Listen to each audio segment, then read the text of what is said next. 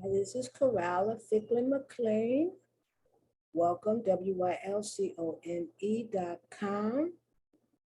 And now we're going to talk about something that is especially difficult for English speakers, accents. When to put an accent in a word. I remember one time, this was when I was in Chicago. One of the times I came up to Chicago from Mexico to work. And I was at this church, I'll never forget it. I was at this church and I was looking at something that was written in Spanish, and every word had an accent.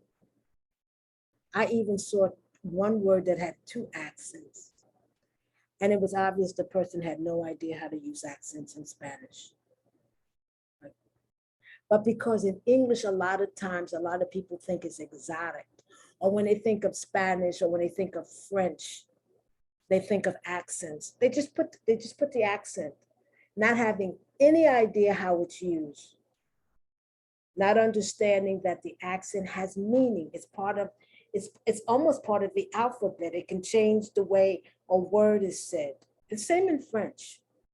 It can change the way a vowel is said because accents go only on vowels, never on consonants, not in Latin-based languages. I don't know any other languages, but not in the Latin-based languages. So, of course, when one of the things that I started researching, one of the first things I started researching was accents. So we're talking about now every word has an accent. Even in English, I suppose every word has an accent. But because we don't put an accent and we just learn by hearing, we don't actually see where the accent in our language is. Uh, uh, that's why you can have two words that are written the same but pronounced differently because of accent. Associate, associate, right? We pronounce it differently. We put the accent on a different part of the word, not all homographs, but on a number of them. We put the accent on a different part of the word and it becomes a different word. But I think a lot of people would be hard pressed to tell you where the accent goes on each word. We learn how to pronounce our language by hearing it. So this is going to be short, short for me. The written accent in Spanish, if a word is stressed according to the rule, this is very important. If the word is stressed according to the rule, no accent is placed on the word. So if and we're going to learn the rule in about a second. If a word is stressed according to the rule that we're going to learn, then you don't put an accent. You only put an accent to say ojo, aguas, ojo. There's an exception here. This word is not being pronounced the way it's supposed to be pronounced according to the rule. So the person will know this word falls outside of the rule. Now let's look at, and this is very important. When in doubt, an accent should be omitted. If you don't know a word should have an accent because you've never heard the word pronounced, so you don't know if the word falls outside of the rule. Do not put an accent thinking, well, what could it kill? It could kill a lot. Including an unnecessary accent appears much more illiterate than incorrectly omitting the accent. So if you have a doubt, because you said, well, I don't know how that word is pronounced. How's that word pronounced? Savannah or savannas? Sheets. Savannas or savannas? I've heard it pronounced, I think, I'm not sure. Do I put an accent on the A, the first A, or don't I? If you're not sure, put nothing. Because in Spanish, it looks worse than putting an unnecessary accent looks worse than not putting one at all. I remember when I was in, I think I was in Belgium. I don't know, somewhere deep in Belgium, where most of the people were Flemish speaking instead of French speaking.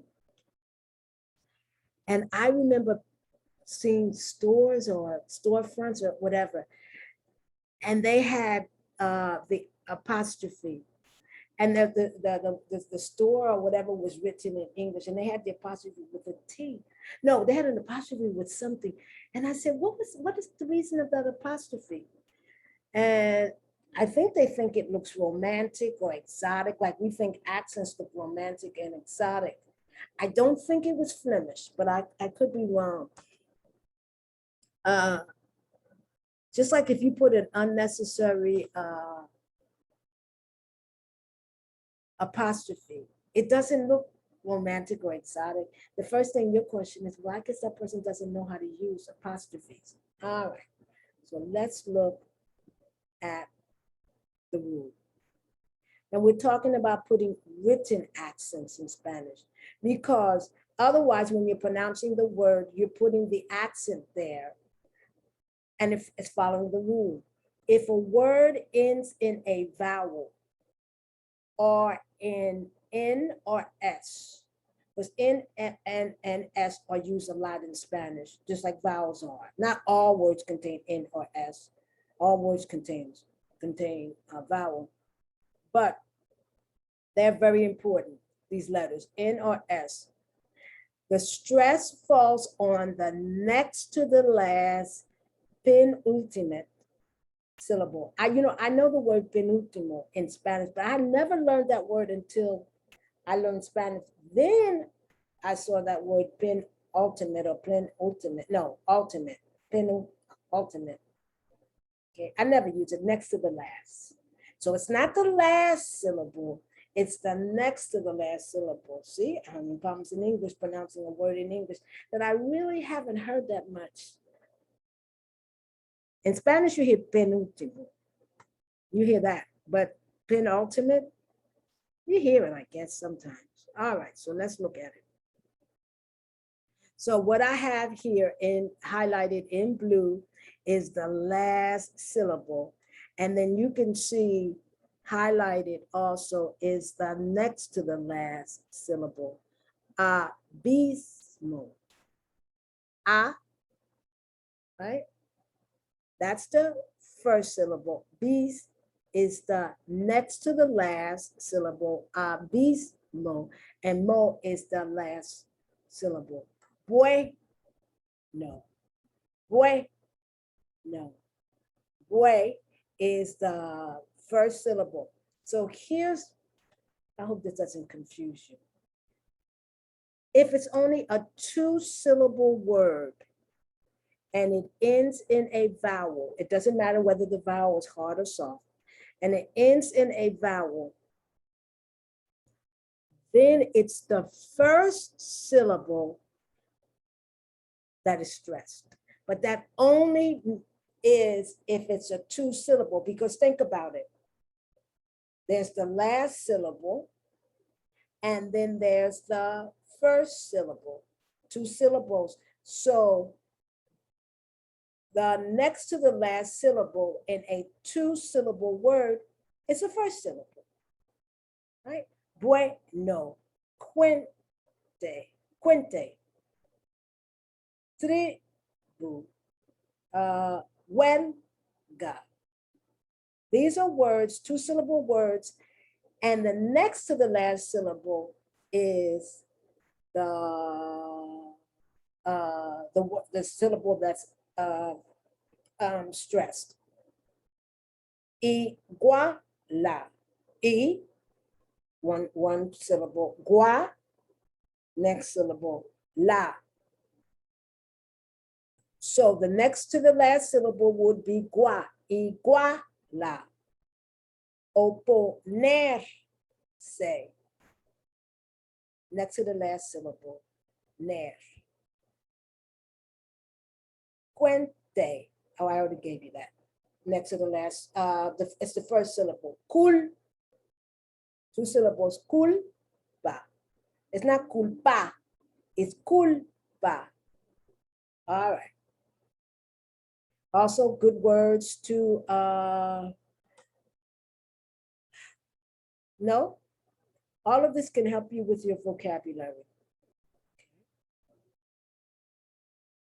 And we're talking about the written accent. If a word ends in a consonant, with the exception of the N and S, so if a word ends in a consonant, with the exception of the N and the S, the stress falls on the last syllable. But this is only for consonants, and we're not talking about the consonant N or S. Well, let's look at it.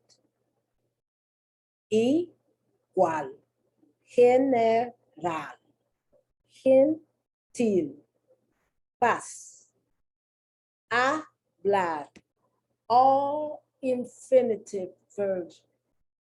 No, not all, with the exception of a handful. And there's an accent on it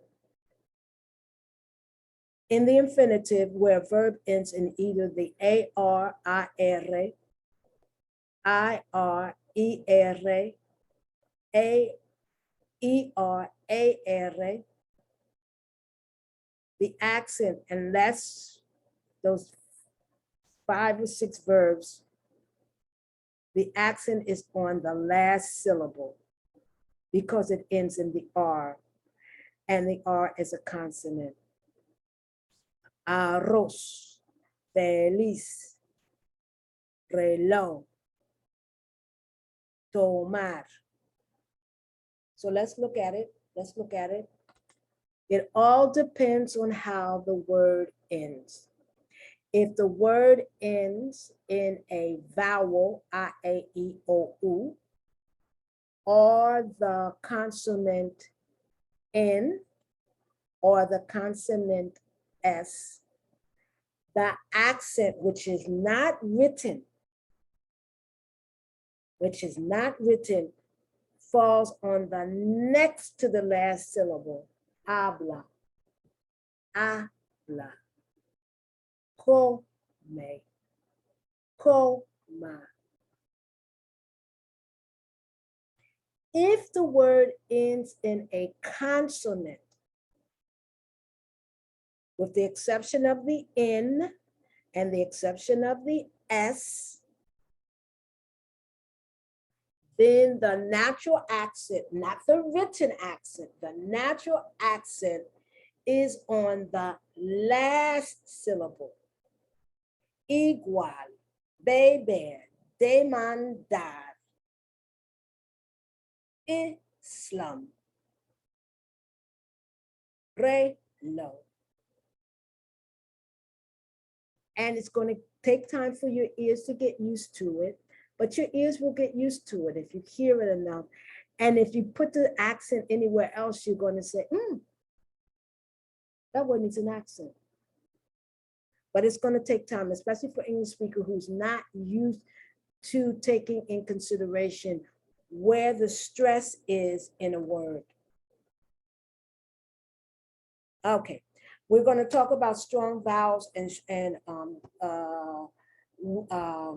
soft vowels, weak vowels in the next video. But remember, if you're not sure if a word takes an accent in Spanish because you don't know how the word is pronounced and you're not sure, don't put an accent. Somebody can come and tell you, oh, you know what, that word has an accent. This is how you pronounce it.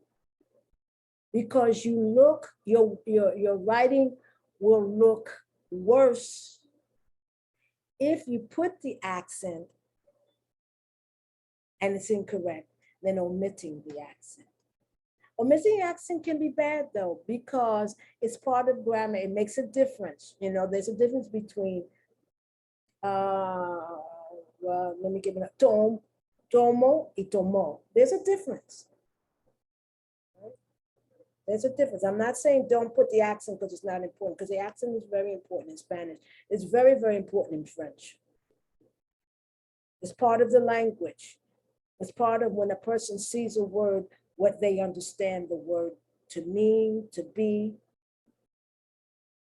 The difference between tomo is the present indicative, tomó is the pretérito or the simple past. That makes a difference. Okay, so this is Corella Fickler McLean. Welcome, WYLCOME.com.